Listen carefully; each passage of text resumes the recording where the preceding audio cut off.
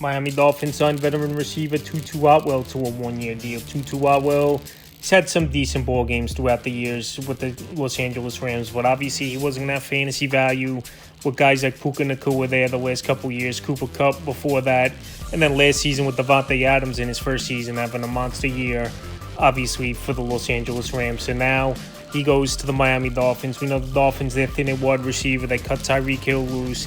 Jalen Waddle's there. And besides that, there's not much going on, even though I believe they're going to sign possibly more receivers or at least draft one in the NFL draft. Is this Miami Dolphin team where they're redoing the offense a little bit, signing Malik Willis, cutting Tua, like I said, cutting Tyreek Hill, who had a bad leg injury last season. So Atwell last year, we didn't see much, only 6 catches, 192 receiving yards and a touchdown.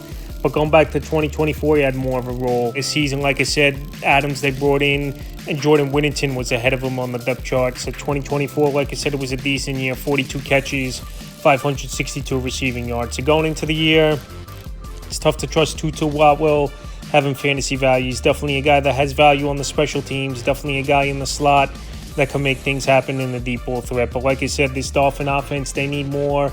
And Malik Willis, we don't know what we're going to get from him. I know he had a couple good string of games last season, but for the most part, he's been a backup.